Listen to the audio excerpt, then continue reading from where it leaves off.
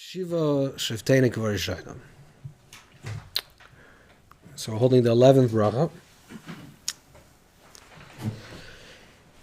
And we're talking about, we just talked about previously, in the previous bracha, we talked about Ma'aber Kanfas Arts, which draws all together. We said it has to do with being centered, being aligned.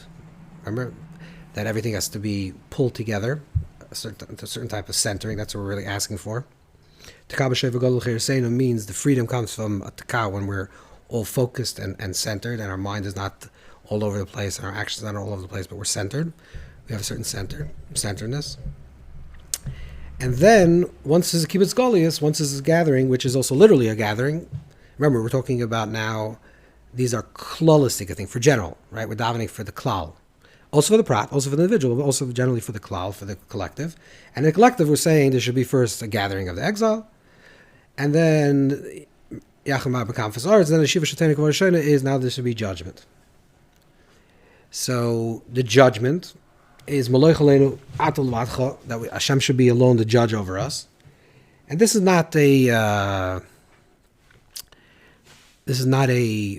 sense of being judged the way we think about being judged.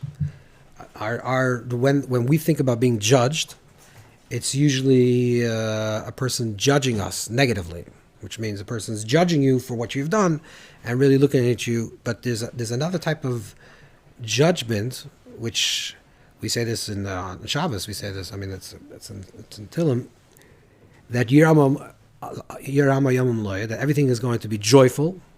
And Hashem comes to judge the world. There'll be joy in the world. Everything will be, that things will be dancing. The trees will be clapping. When there'll be when Hashem will come judge the world. Because judgment over here means when everything is working in its correct form. So judgment is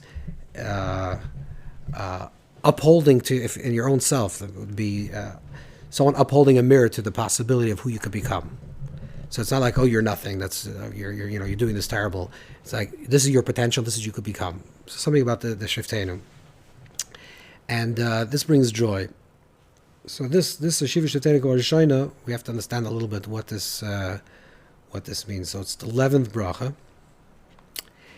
The 11, we spoke a few weeks ago. We spoke about this idea of 10. Being the number of Shlemos. Remember this idea? The 10 is the complete number because it has the Rosh Toisoich, it has the beginning and the middle. Each one has the beginning and the middle. And then there's the Nakuda, the point that holds it together. It's 9 and the point in the center. So 10 is the Shlemos. Remember the 10 spheres? We talked about, I don't remember when, we talked about it in the last few weeks sometime. So with regards to the spheres, so we say that there are 10 general spheres, but in Klippa, with regards to the opposite side of the holy, we say that there are 11 spheres. There's 11 kisses. There's 11 crowns of klipa. Why? Because in kedusha, and what makes something holy, is the oir and the kli are unified. There's achdas between the oir and the kli. So oir, the light that exists, the oir that exists within chesed, is the same oir that exists within gvura. From the perspective of the oir is the light. The light is undifferentiated. Let's say we'll say the light is Oyer and Sof. It's infinite light. And then there are 10 vessels, which is the Kalim. The Kalim is a Kali of Chesed. This is a vessel of Chesed, of kindness. This is a vessel of Gura, of restriction. The light is the same light. That's where it could be a Chlif D'Chtaya. That's where the light can go from one vessel to another vessel. What changes is the perspective from the outside of the light, what it appears to be to the receiver. So if let's say you take clear water, right, and you put it into different vessels, different cups. One is a red cup, and one is a blue cup. This is the mashal. This is the metaphor of the Ramak.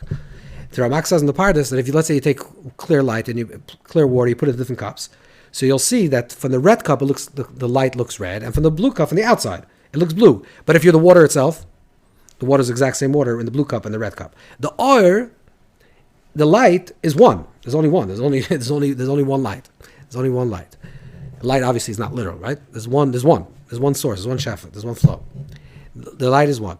It appears differently. In other words, sometimes you feel that the world is receiving divine kindness. Sometimes it feels like there's retribution. Sometimes it feels different. Sometimes the world feels this way, or in your own life, you feel one way, you feel the other way. which means that the keli is changing. The vessel is changing. Now the vessel, instead of being chesed, now it appears as gvura. So you experience the light as gvura, which in fact, the light is not chesed, it's not gvura. Okay.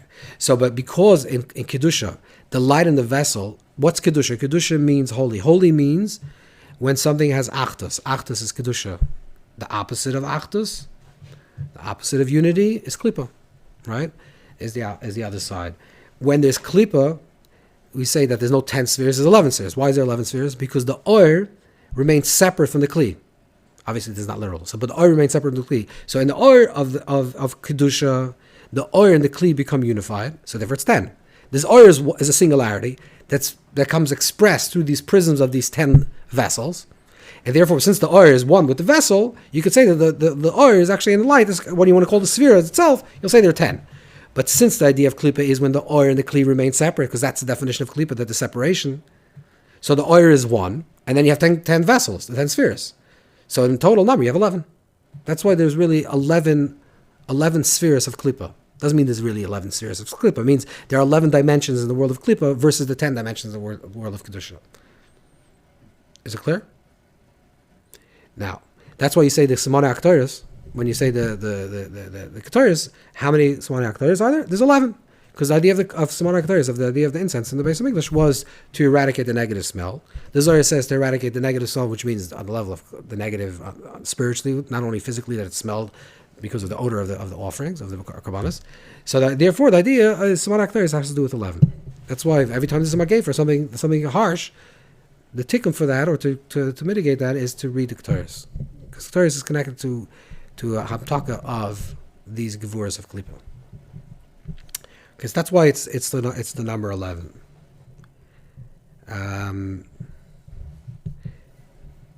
There's a lot of other things to talk about, but let's go straight into this. In general, the Ari writes that this is something to have a lot of kavanah, and we should have a lot of intention to this bracha. Of course, you have to have intention to everything, but in Sharuch HaKodesh, the Ari writes very strongly that this is something you should have a lot of intention to. And the bracha is Shiva Shoftim Gorishayim. I'll read the bracha. So what's the bracha? Shiva Shoftim Gorishayim v'tzenik yatchila, that Hashem should you return the shofet kirishayna, like at the beginning, or like the first. The Yatzenu and the advisor Kivat Chila. And Hashem should remove from us, from him even, Yagin Vanacha, hardship. And Hashem should rule over us, should be king over us. Now, there's Megala Amukas. The Megala Amukas writes in Purim Drush Aleph. The Megala Amukas says that the bracha of Ashiva Sheftenu and the bracha of Elam Al-Shinim were really part of one bracha originally. So we have 19 brachas because we added Elam Al-Shinim. But the Megala Amukas says that even in times before we added this Elam Al-Shinim, there was once a time that in the bracha Ashiva Sheftenu, part of Ashiva Sheftenu, part of this, the restoring of judgment, was also V'lam Al-Shim Al Tizikva. He brings some proof of this. That you say, V'oim Machnia Zaydim, V'oim Mishano Zaydim, V'achar Oim Oiv Tzedakah Mishpat. Shekoyim Shetikru Birchas Aminim Hoy Klulu Machnia Zaydim Birchas Ashiva Sheftenu. It's a chiddush. That before they made a separate bracha for minim, there was a separate bracha for Lam Al-Shinim is for minim. We'll talk about it next week. Minim is apikursim, people that are heretics. So there's a special blessing for them. Why it was established, you have to understand, but it was established at some time. It says before that, the idea of speaking about Zaydim, Machnia Zaydim, was already in Hashiva Shatenu. Do you see that? Then they established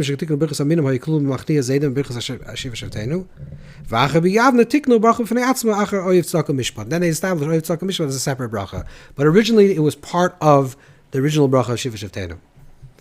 Okay, why is it so relevant? We'll see soon, but it's relevant because V'lam Al-Shinim generally, V'lam Al-Shinim seems to be speaking about Malchus Arisha, Meheres Akir, Shaber, Samagir, talking about these very big problems in the world.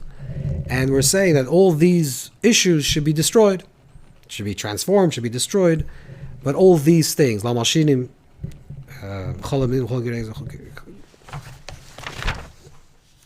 these problematic issues, Hudu Lamalshinim or Mishumadim, this is the bracha for these characters.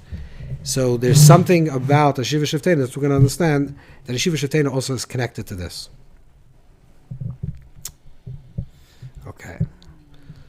Let's. I just want to read the bracha and see how can we make sense out of the bracha. Okay. Shiva Shoftena Kvar Shena V'Tzenik V'Tchila. You don't have it in front of you, but I think you probably know this. Shiva Shoftena, yeah. If not, take a sit there.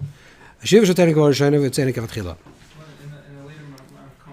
You have the. Oh yeah. Right. Yeah, you have it on page 3.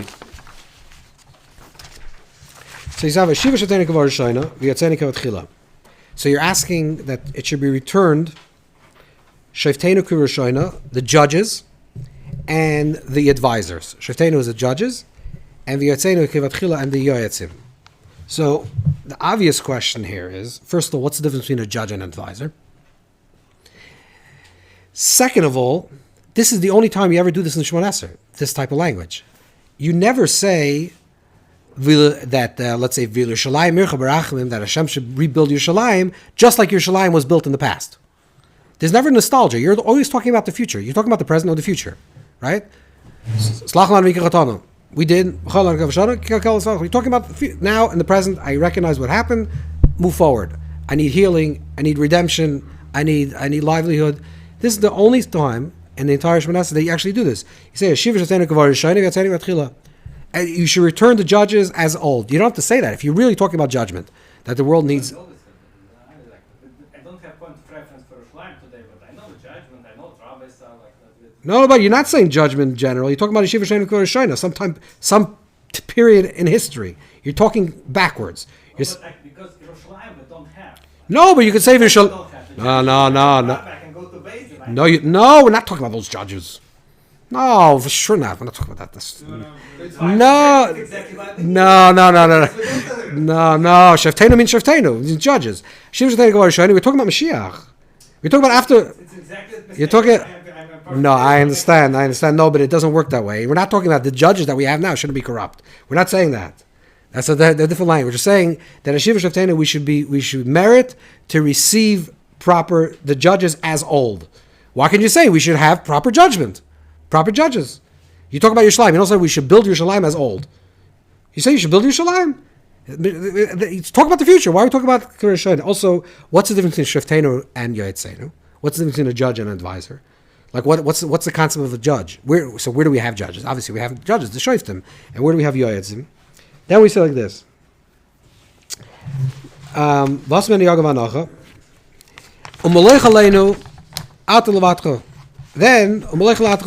Hashem, you should become king over us, and you should rule over us.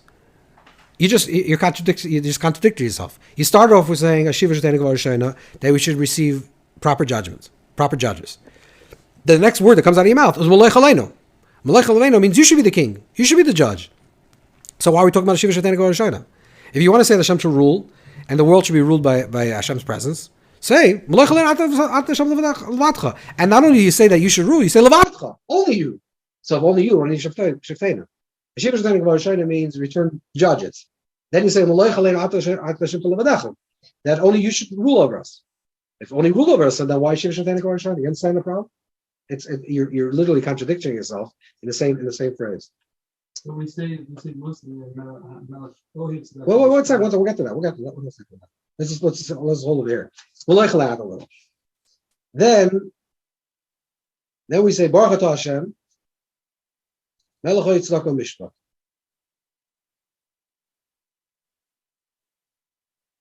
Yeah, Baruch Atah Hashem, Melech HaYitzchak HaMishpat.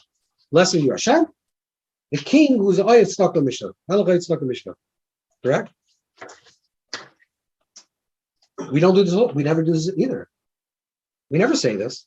You don't say Rifeinu Hashem, Hashem Yishihil us, Baruch Atah Hashem, Melech oyev roife chayil amis. You don't say that. You don't say the king who loves to be just, the king who loves to give healing. But by justice, you say Melech oyev tzedakah b'shul. Why do we say Melech oyev tzedakah b'shul? Why are we mixing in the king here? Say Baruch atah Hashem oyev tzedakah b'shul. Hashem who's oyev tzedakah b'shul. Hashem who loves tzedakah b'shul, righteousness and justice. Why is the Melech oyev tzedakah b'shul? Why are we adding the king over here? Something about a king. Why is the king keep on appearing here? That's another question. Also, what is the idea of tzedakah mishpat? What is tzedakah mishpat? Tzedakah is righteousness, but it's compassion. Chesed berachim and tzedakah mishpat. They're talking about compassion, and emerachim in the din. There's no compassion in judgment. So the definition of judgment is you skip the line. You ran the light. You get a ticket. Not, oh, I'm sorry because I had a stomachache. Doesn't matter. That's the whole idea of judgment. Is mishpat is din, and there's no tzedakah and mishpat. Mishpat by definition means that it's absolute, and that's the way it has to be done, and that's the way you uphold an order of a society. That this is the mishpat. So what are we talking about? Melech oyev tzedakah mishpat. What is the Hakadosh Baruch Hu is a melech oyev tzedakah mishpat?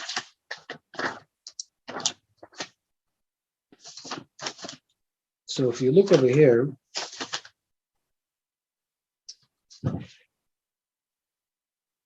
Look at Avudram. Avudram, the second page, he writes like this: Chasar Michiel ben Arash, son of the Arash, one of the children of the Arash, Rabbi Yehuda, the Balaturim, Tamani al Chsimas zu bracha. This is the second page. No, the second one here. Why is this bracha different? Why do you say melech tzedakah mishum? Why do you add king, malchus, kingship, when we know that in a bracha when a bracha is close to its friend, close to its neighbor, you don't say melech. You don't need to say melech.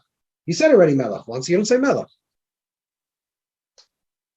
Also, also, the Bechila asks, what's the difference in throughout Seres Mechuvah when you say Melech Tzedakah Mishpat versus Melech Mishpat? What's the difference? Anyways, Shamati Ship Provencia. This is what this says. I heard that in Provence, which is France, Ein Oimer Melech. You don't say actually Melech. There's no Melech. Take out the word Melech. Baruch atah Hashem Oiv HaMishpat. Baruch atah Hashem Oiv Tzedakah Mishpat.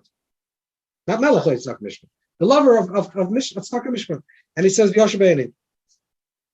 And it seems to be clear this is the right thing to do.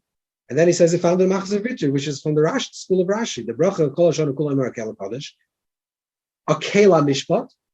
They used to finish like this: Baruch atah Hashem, Akela Mishpat, the God of judgment. You're talking about judgment. You're talking about a Shoftim. Say Akela. During one time you say Akela Kodesh instead of Melech Kodesh, and when it talks about Mishpat, you say Akela Mishpat. Chutz Mishpat. I'm Melech Kodesh. V'yeshem kol Hashem kulei melech tzedakah mishpat. So the Avudram says, the Bechil writes that there's those that say melech tzedakah mishpat, which is our nusach, our version of it. They got mishpat lashon melucha tfei mishar brachos. K'mo shenever melech mishpat yamad aretz. And I said this in front of my father and the Rosh, and he was makabel dvarav. That since the melech the mishpat yamad aretz, since there's a pasuk that says that a melech does mishpat, a king does judgment, so therefore you say the word melech. This is like a very technical answer to the question, right? The technical answer to the question is, why do you need melech? Is I won't follow you. That the reason why you say melech is because since it has to do with mishpat has to do with the melech, so you keep melech do with mishpat. Still doesn't answer the oimik question of why do we need really melech. So, L'mana she'yitzav es bonav, the place of Afrov, the pasuk speaks about Avram Avinu. It says L'mana she'yitzav es bonav. I'm chastening Avram. I'm going to conceal myself from Avram. It says why? Why wouldn't I do it? L'mana she'yitzav is based on one of Afrov. Lishma darch Hashem, to keep going the ways of Hashem. Las darch Hashem. tzedakah u'mishpat. That the pasuk says by the story of Stein that Hashem says, "I'm going to reveal myself to Abraham." You know why? I'm going to conceal what I'm going to do to Stein, because I know the Imana Sheyitzava is one of his ways. He's going to establish a family that are going to be careful with tzedakah u'mishpat. That the Darch Hashem, what is Darch Hashem? What is the ways of Hashem? To do tzedakah u'mishpat, to do righteousness and justice. Justice and righteousness is Darch Hashem. Says the Ramban, look, kiyadaiti, when it says kiyadaiti, because I know what it means is that the reason why HaKadosh Baruch Hu chose Avram as to be the father of Klal Yisrael, why Avram particularly, and why his family, because kiyadaiti, the Bechir of Klal Yisrael was kiyadaiti, the Mana Sheitzav as Banu Deisrach. But since Avram is implementing in his children and his family also, the idea of Darch Hashem, which is the ways of Hashem, which is Tzedakah Mishpat, so therefore there's going to be a Bechir in Klal Yisrael in Tzedakah Mishpat. Okay, so the way it works is like this. When we say a Shiva Shatana Kavar Shaina, they should return to Shoftim. Shoftim does not mean the judges of old, which is the story of the book of Shoftim, because the book of Shoftim is like the pasuk says over there. It was very wild times. Actually, it was young. It was not so perfect in the times of the Shoftim, times of the judges. And the Arizal said that it was talking about Hester Panim, Macha Ba'acher. It's not a good time. The time is the Shoftim. Shiva Shatana Kavar Shaina refers to the original kings of Klal Yisrael, which is David and Shlomo. V'yoyatzenu refers to Moshe and Aaron. So Shiva Shatana Kavar Shaina refers to that, going back all the way to the beginning, where you have David HaMelech and Shlomo HaMelech. That's Shoftenu. So when you're talking about Shoftenu, we're saying a Shiva Shatana Kavar Shaina. They're Melech. Saying is like this. That what is first of all they did dispense judgment, like famously Shlomo Melech, but and so is David. The Gemara says at the beginning of the office. But what it really means is like this.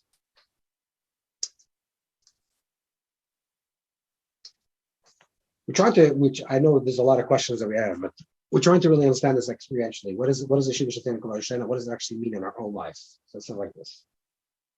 There is the difference between a shofet and a yoyetz is a shofet. The definition of a judge is someone that dispense. It's a top-down relationship. Like an advisor, when you ask someone for advice, means you could take his advice or you cannot take advice. It's sort of like it's a relationship between two even maybe someone you respect. But the definition of asking someone advice is that you're saying that I'm in a comfortable situation with you and I would like to have your advice. That's one thing. A psak, when someone's asking someone to give you a sense of judgment, like what should I do? Should I do this or do that? Not as a eitzah, not as a yoyetz, not as advice, but it's unclear to me. I can't figure this out. Tell me what to do. You're asking for a psak, is you're asking for someone to give you a certain type of an absolute, a binding absolute version of something that has to be done. The purpose of a king, and this is why we could say a Shiva Shatanu and Melech. We could say both things simultaneously. We say Shiva Shatanu Kavar Shaina, you should return judgment, and only you should be the king over us. Because we're saying that the definition of a king, why do we have kings? What's the whole idea of a king? What's the construct? Why is there a mitzvah sometimes that there's a mitzvah to have a king? Let's say there is a mitzvah. Let's say there's a mitzvah that there should be a king. What is the reason for a king? The only reason for the king is, now one simple reason for the king is to create order. But order technically you can have without a king. If people abide to a rule, you can create a civilized society without a king, right? Proof is any democracy. You don't need a king. What is the point of the king? The point of the king is that the definition of a king is someone to have an experience of awe in front of. That's what the essential ingredient of what a king is. The king represents, this is why people don't have respect anymore in this world, not for anybody, is because we don't have a king. For better or for worse. Because we don't know what it means to have absolute respect for something. Because everyone, in a world that's relative, and a world that everything's equal, so we don't have respect for anyone, even someone that actually does have maybe a better opinion about it, or has a certain way that we can respect for whatever they are. But we don't have that. The idea of a Maseh Alecha, the idea of Sumtas Alecha, Melech Shalach Alecha, Ein Koy Demachel, right? A king that forgives on his honor, Ein Koy Demachel. Av Shamachel Alecha, Ein Koy Demachel. Father says, okay, I forgive you. You don't sit, you can sit in my seat. It's fine. But a Melech who does that, Ein Koy Demachel. Why? Because the definition of a king is to have. And first of all, it's not about it, correct? It's about the king. It's about the kingdom, not about the king. But also because that's what the definition of a king. If a king forgives on his honor, he's no longer a king. That's what the Makner writes. I mean, in other words, the definition of a king is that he has to have Eimo Lecha. And what's the purpose of it? For us to experience a sense of awe, of trepidation, of the numinous, of the ultimate mysterious tremendum, this ultimate idea of sitting in a place of majesty, something of transcendence, of sensing that there's something larger than us. Sometimes you need like a medium of a physical person that could give us an intimation of what that will look like. If I can experience something in my life that causes me to be in awe of something, that will open me up to experience awe. The reason why we're not in awe is because everything is so trivial and everything is so colloquial, so just pedestrian. Everything is so just normal that we don't have a sense of, we don't live with awe. We don't live with amazement. You need to go like to climb to the top of the highest mountain, and then maybe you're going to be in a sense of awe. So the intention of the king is to arouse, is to create. We need, there's two relationships that we have with Hashem. There's relations Ava, which is feeling close and feeling held and being held and holding. This is one relationship. But then the inverse of that is actually the relationship of year, that we felt that we're the small one being held in something larger. The experience of a melech is the absoluteness that allows us to experience something in a physical dimension, that allows us to experience something that's all over us, right? So we say Yeshiva Shetanic Shayna, we're not talking about particular judgments. We're saying that we want to experience, first of all, it's a bracha for the future, but it's also an experience of now, that we should experience what it means to be in awe of you, to be in that relationship of awe, and in that relationship of experiencing. And when a person has that, when a person is in that sense, and we'll understand this a little further, is that allows for a person to have actually correct judgment, which is Shoftim. That's your Chabad, right? Shoftim means also your own intelligence should be correct. For Shainik, it should be kishur, it should be correct. The Yotzenu is Klois Yoitz. It's like our inners, the inner parts of ourselves. That is the little advisor that we have within ourselves, should also be clean, should be clear. You should have good internal advice, good clarity in our minds. The sense of awe induces us to strip ourselves of all the ego and all the things that we're holding on to. When a person is in awe, there's bittul. That's the way in the Hasidic language. It's the idea of bittul. Bittul means that I'm no longer holding on to certain things, and the reason why I don't have clarity in my life is because there's a certain level that I'm holding on to, a certain perception, and I want to hold on to that. And I'm not allowing that to let go because how could I let that go? Because if I let that go, my whole equilibrium is going to fall apart. But when you're in overawed and your life is completely dependent on something else, you start thinking clearly. Everything becomes sharper. Everything becomes more clear. So is part of the process of is to experience the centeredness that we talked about before. And once we're allowed to that centeredness, I want to live with that, induced into that state of awe, of yira pnimius, of a very high level. What that's going to help me is, that's going to help me, and this is the shtickle, by the way, in the Tzemach Tzedek, you just have time, because it's getting late, but in the Tzemach Tzedek, he speaks about this mitzvah min melech, and that's what he actually writes. This is the language of what the melech is. Melech batzeh batal elikus. Im lo shavisa demamti. The king is in a posture of complete stillness, that he can't move. That's why he's a melech, because he's a merkava. That the mamti, I'm in a state of shock or in awe of presence. Bittul til Merkava, and that's what's supposed to inspire. And therefore that will awaken. That's the mitzvah minyan. The reason for the minyan, the reason for the king, is to arouse that state. Okay. And to eventually use that to connect Hashem. Of course. It's not about the person. Okay. We have to go to this. It's going to be it's a shtickle long sugya, but let's try to do this quickly. But it's a very important piece of this whole thing because the Yagin Vanacha, in the state of awe, there's like a sense of being pulled towards and repelled by, right? Because that's what awe does. When you're in awe of something, right? When you're in awe of something, you're pulled by it, you're drawn to it, but also you're repelled by it. You're like overwhelmed. What?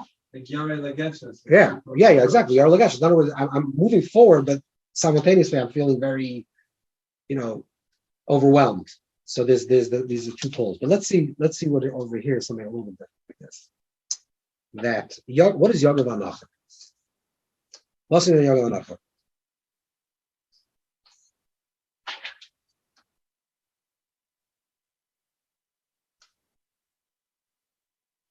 Okay.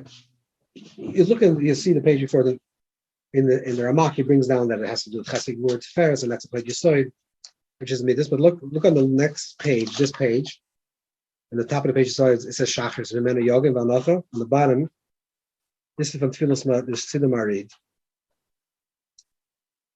And he writes over here, Sasan Simcha Yasigu, V'Nasan Yogin Vanacha. It's a pasuk in Yeshaya. 3 lines on the bottom. The top of the page says Menu. Okay. The pasuk says in Yeshaya, Sasan Simcha Yasigu. V'Nasan Yogin Vanacha. A person that has Sasan Simcha, person has these types of joys, Yagam Anach will disappear. He won't have any Yagam Anach. I don't know how they translate Yagam Anach. Let's say hardship or worry, whatever how they translate. This Yagam Anach will disappear. That Sasan and Simcha are two forms of joy. There is a masculine joy and a feminine joy. Sasan, masculine, Simcha, which is feminine. Then through that Sasan and Simcha, this is the pasuk said, through joy, you will chase away Yagav Anacha, which is Dachav the Nukva, the Klippa. That's the male and female of Klippa. What's the male and female of Klippa? Look at the next page. So he brings down, the Tfer Shlomo brings down the last line from the right column, like it's written in the Sidari. When you say that Hashem should take away Yagav Anacha, what this means, Ramos are Samach Mem Beli. And this is a Ramos for the Samach Mem. And that's the male. And we're not going to say the name again, but that's the name. The Lamed Yud Lamed. So this is the female. And this Mevimas Adam La'atzvus. This brings a person to Great Depression. So there are two types of Klippa. One is a masculine that's called the Samach Mem, and one is called Lamed Yud Lamed. I'll say it again just so you know what the word is. It's Lilith. And one is the masculine, one is the feminine. Ari says you're not allowed to say this name, but for Limud you can. So one is for a masculine, one is for the feminine. The Hasan Yagla Anacha is to break these two klippas. How? Through Sasan V'Simcha. When it's going to be a Shir Shetani Gvar Shaina, there's going to be Hasan Mena Yagla Anacha. These two klippas of Dachav and the Nukla of klippa will be destroyed. Last pshat. What does this mean? What are these klippas? One more piece. Actually, no, we can start now, and then we'll see how we go.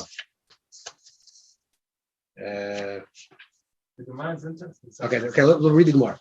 So the Gemara says like this. There was a machlokes Hanatre Mini. The Gemara says there were two minim. This is Mamches, Sukkah Mamches. There were two apikoursen, two heretics, that one was called Chachmei Sasim, Chachmei Simcha. It's on the same page as Tfer Shlomo, on the next side. One is called Sasim, one is called Simcha. Moshe says that they used to identify themselves with Sukkim. But anyways, one is called Sasim, one is called Simcha. These two heretics, these two minim. Sasan said, I'm greater than you. That he brings on this pasuk. Sasan Simcha Yisigu, right? Pasuk Yeshaya, which is first comes Sasan, then comes Simcha. So therefore Sasan is higher. That's Sasan's argument. Amalei Simcha l'sasin anadi v'menach. Simcha says, I'm actually greater than you, because it says Simcha v'sasin laYehudim. That was Simcha v'sasin laYehudim. So therefore, the Megillah says, so you see that Simcha is greater. So that each one is arguing which one is greater. One day they're going to throw you out of the court, out of the shuk, and they're going to send you as a messenger. You're going to run away. You have to run away. One day they're going to throw you away, and they're going to fill you up with water. What's going on?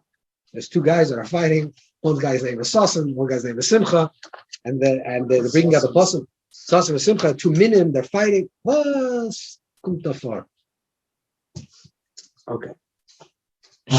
You ready for one Markim? Then we'll go for this. The next Markim is very quickly is from the Alter Rebbe and Terror. Shoftim and Sasan. The Alter Rebbe says that there's a difference in Sasan and Simcha and the difference between Mayim and Yain.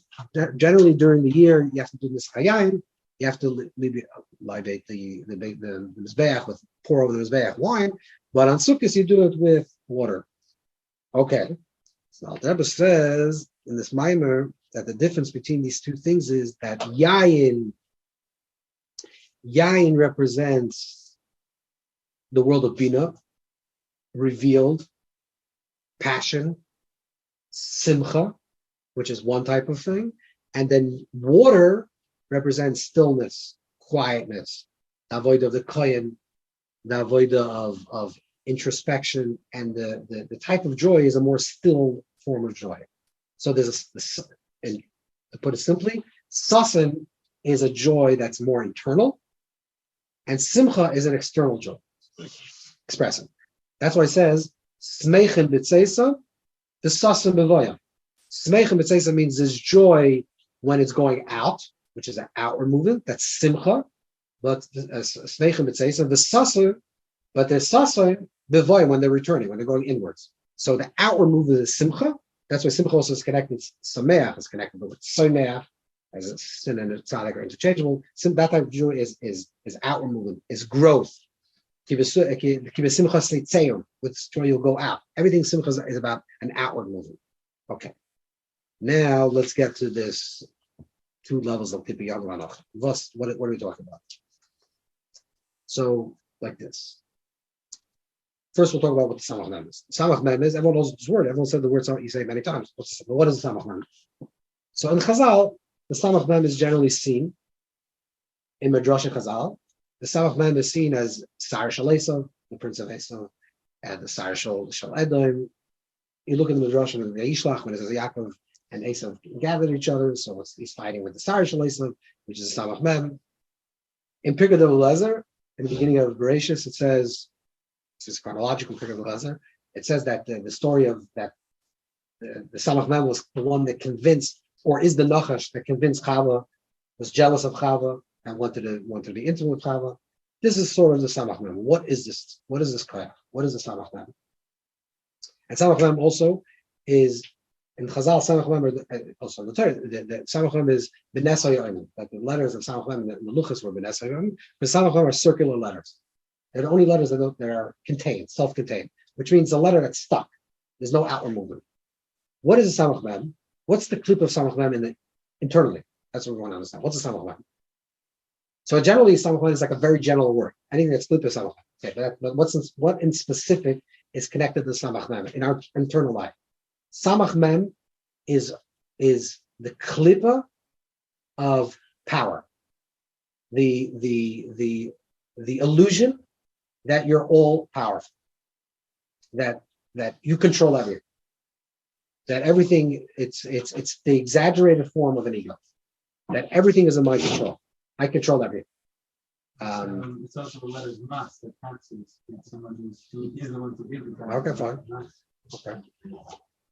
You saw this, or this is your own tradition? I'm giving it to. Okay, fine. So this is the idea of Samach. Samach Mem is this is why Esav represents Samach Mem. What is this Samach Mem? Samach Mem represents someone that's a brute force, power, and the aggressive, manipulative, someone that always thinks like, how can I gain out of the situation? That's what the construct of the Samach Mem is. Someone that's completely ego-driven. That every situation that they look in this world is a way how they could figure this. How could they gain out of this? What is it? What is in this for me? That's the samach. It's a clipper that wants to always receive and manipulate.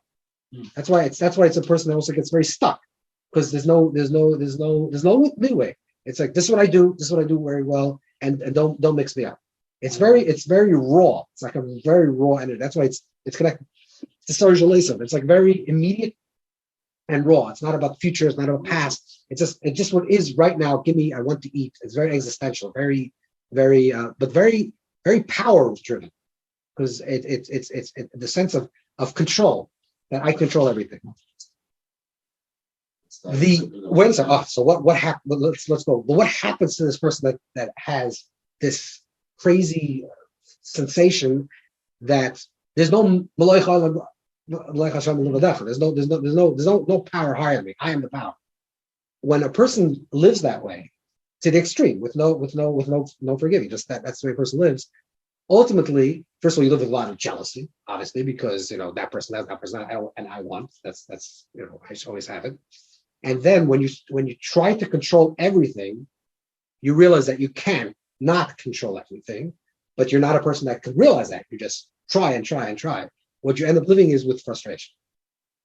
And the frustration is the almost like the giving up of this sense of wanting to control everything. So let's think. In other words, the Yagan, Shiva Shoftenu is going to correspond to Yagan. And Shoftenu, remember, says is judgment. Judgment is like an absolute. The absolute in a negative sense, right, is I'm absolutely right always. I'm never going to hear what you have to say because I always know my way is always the right way. When a person is stuck in their way, because they can't see beyond their ego, they're their own negative Shoftenu. The result of being their own Yeshiva, their own negative Shoftenu, is that they live with a lot of Yagan, with a lot of frustration, because a lot of times it doesn't work out. And the Yagan, sometimes this type of Yagan, what Farish Shlom is saying is really young Manach is going to be connected, is the Yagan actually eventually leads to a lot of depression because I try to control, it doesn't work. So I'm frustrated and therefore I'm depressed. That's one clip. So this is like the one form of clip that we have to contend with. When we talk about the Samach Mem, besides other things, when we talk about it in our own internal life, especially in relationship to what this bracha is saying, is we're talking about the klippa, the negativity that's saying, I'm the absolute power in this world. My word is the word of absolute truth, and it's only my way and no way. My way or the highway. This is the way I live. And therefore I live with frustration. I live with Yaga. That's the klippa of dukhra klippa. That's the dukhra of klippa. That's the aggressive masculine klippa. There's also the opposite side, which is lamed yud tov. Okay. What is that? If you ever looked, I don't know if you ever did, but if you ever looked at when a child is born, sometimes they put these little kameas, and that little kamea, that little amulet, whatever you want to call it, that's placed by a child, if you look, you'll see that it's full of that name. It's to ward off the klippa of lamed yud lamed. What does it have to do with a child being born? So this feminine person, being, well, it's not person, it's not a being. This feminine quality, force, is according to the Zohar, is the first wife of Adam, before Chava. What does this mean? That's a very simple level. This means like this. There is a certain tendency that this klippa represents this, that every action that we do has a consequence. Actions have consequences. One of the biggest actions that we do that have the biggest consequences is physical intimacy, a child, which means something, there's an enjoyment, and then there's a consequence of that. And the consequence, especially before, 100 years ago, is an absolute consequence. And the consequence is you have a child. One of the things that this klippa says, the consciousness of this klippa is that you should live your life in the present moment without any sense of consequence. In other words, enjoy life with eat as much as you can. Let's use a nicer metaphor. Eat as much as you can. If you enjoy ice cream, eat an entire tub of ice cream, and don't care about the consequence that you're going to get sick because you're enjoying the ice cream. That is a klipa that has no sense of a future, of consequence, of responsibility. The reason why a mother that just gave birth puts this command next to her bed of the child is because the Zohar says that this klipa wants to kill the child. What that really means is that this klipa represents the pure pleasure of Adam and Chava before Chava, which is that it didn't result into a child. There was no child that was born. It was just the act that didn't have a child. That is unfortunately, God forbid, it can even be more psychological. It can be very, very dangerous. It's postpartum depression, even for the mother. That sometimes a mother has a child and they don't even look at the child. What the oimik of that is just because I have 5 minutes of enjoyment, I have to bring up a child in the next 25 years. Like there's no correlation. The action caused such a reaction, and I don't want to take responsibility. And that's some people go into postpartum depression, and then in many different forms, which Chazal also say this. No, that's a woman has to bring a carbon because she said, "I'll never do it again." In other words, because I can't live with such consequences. So the klipa of what this klipa represents is this sense of I can't deal with it, and I can't deal with any responsibility, and the consequence of that consciousness is I just live carelessly in the moment, and I don't care about what's going to happen. Remember, the first one is very much control. That's the first. That's the samach man. They're male and female of the same. Almost they're flip side of the ego. One is I can control everything, and one is I don't control anything.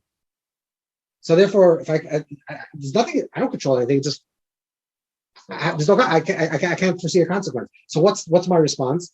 Just enjoy life with no end, with no sense of a consequence of my life. This form of living, of this carefree living, if you want to call it, eventually leads to aggression. Why? Because what it really is saying is, what you're really saying when you live in this state of mind, what you're really saying is, I actually really don't matter. My actions don't really have an effect. Like I'm really nothing. Like you'll say I have consequence, but there's really no consequence. What if I do this?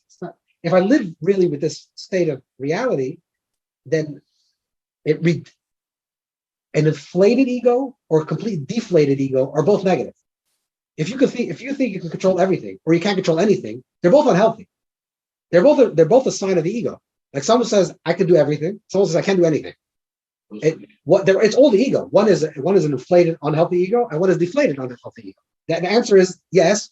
You could do probably a lot of good things, but you can't probably be a ballerina. I don't think anyone assumed to be a ballerina. But that's okay. You're not supposed to be a ballerina. That was not your thing. But I know I can't do that. It's not my thing. Some people can. Some people can. Lady could, by the way. Some people can.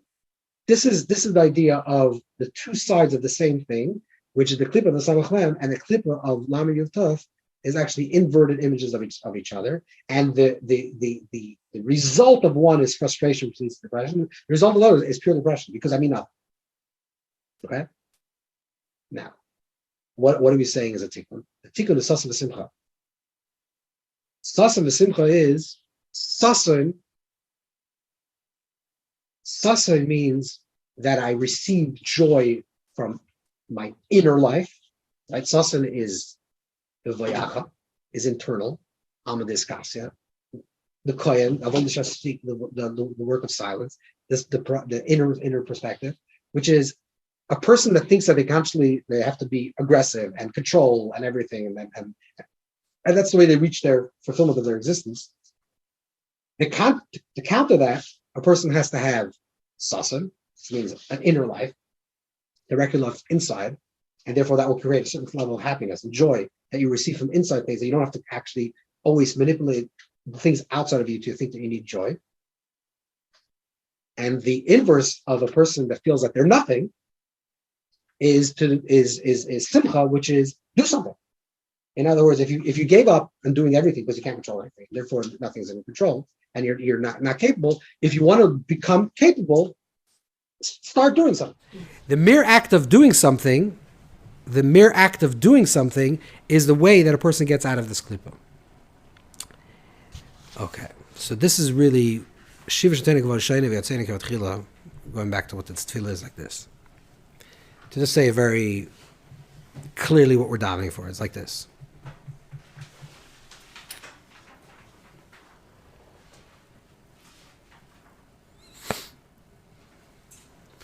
You say, Hashem, I feel like I'm the only one that's in control of my life.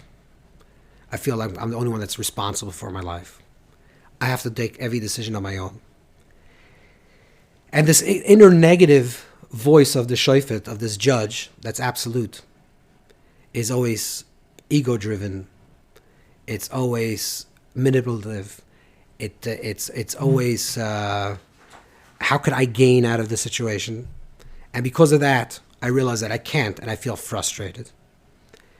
The opposite of that is, I don't have good inner advice. My inner advice tells me that I'm nothing, and I'm incapable, and I can't do anything, because I can't live with that much responsibility, so I just gave up and I live carelessly. And because of that, I feel like I'm reduced to nothing. So what do I need? I want that I should sense, first of all, of course, we're davening that it should happen, but I want to sense that I am empowered in the presence of in front of your presence, that I'm empowered to take power back as much as I can, and to be empowered enough to do something about my life, and to recognize to recognize the things that I could control. You know, one of the greatest ways of achieving some form of happiness is to know what are the things in life that you could control and what are the things in life you can't control, and to know that difference. When a person knows what are the things that I can't control you. I can't control the environment. There's certain things that I can't control, and not everything you're supposed to be controlling. But when I say I'm not controlling anything, also then I'm reducing my life to nothing. So when we're talking about this inwardly, it means I need the Shoftim, I need the proper psak, the proper clarity and judgment within my life to give myself good judgment. Good judgment means to judge myself correctly. What I could judge. Judging is remember we said is a top down, is power, is control. What are the things that I could control? V'yoyatzenu is not top down. It's the opposite. V'yoyatzenu is something that's inner. It's from the bottom up. V'yoyatzenu is my self-esteem shouldn't be so shattered in such a state that I can't do anything, and I can't control, because I think I can't control anything. Therefore I don't do anything. And therefore I'm depressed. That's why the Lamed Yudon is Yalala, is depression, is wailing and crying. I need to have this proper, let's say it a little differently, I need to have a proper balance between my Shoftim and Yoyatzenu.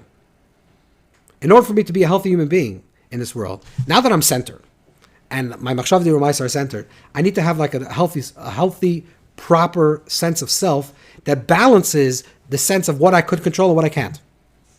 And how much empowered I am in my life to make differences in my life, and how I'm unempowered. And the only way I can do that is if I recognize that there's a higher power.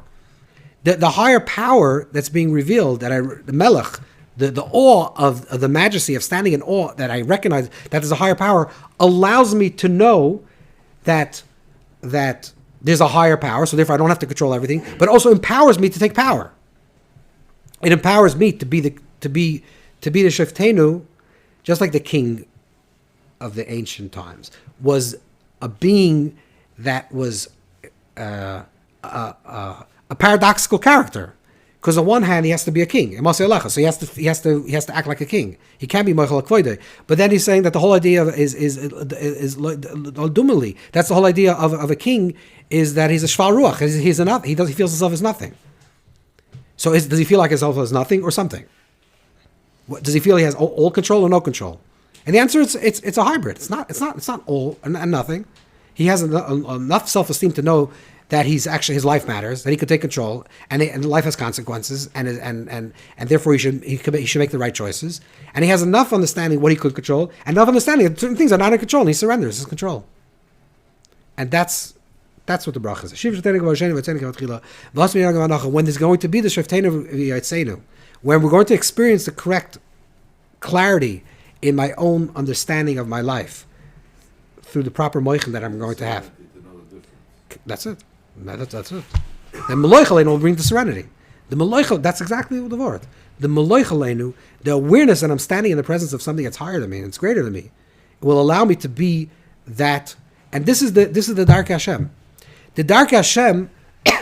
What's Dark Hashem? That Avraham Avinu know the Dark Hashem. Last is Stako Mishpat. Stako Mishpat. We said are two opposite things, but the truth is they're opposite things because they represent two different ways how we relate to people. When I'm doing something that's a mishpat, it's a top-down thing. I'm taking power. I think this is the way it should be done. Sometimes you're right?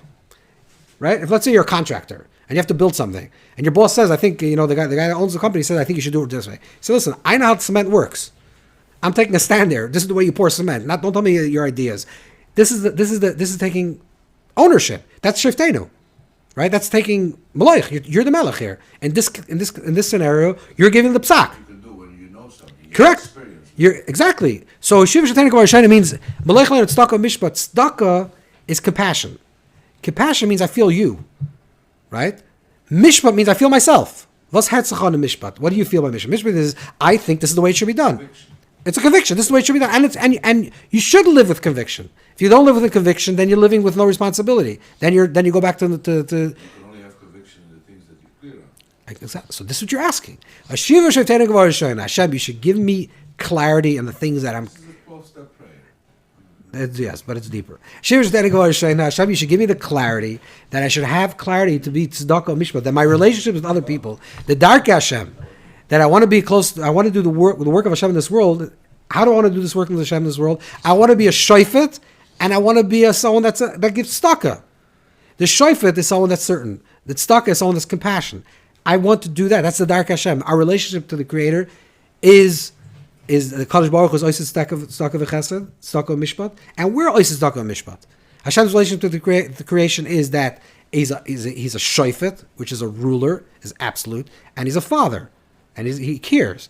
So this same dynamic of knowing the position of power and knowing the humility to when to surrender that power is the same thing that we're actually asking for. That we should have the clarity, the Shoftenu in our intelligence, the Yitzenu within our hearts, the deeper clarity to be clear to what we should be a shofet in our life and what we should be a mishpat, and where we should do mishpat in our life and we should do tzedakah. When we know this.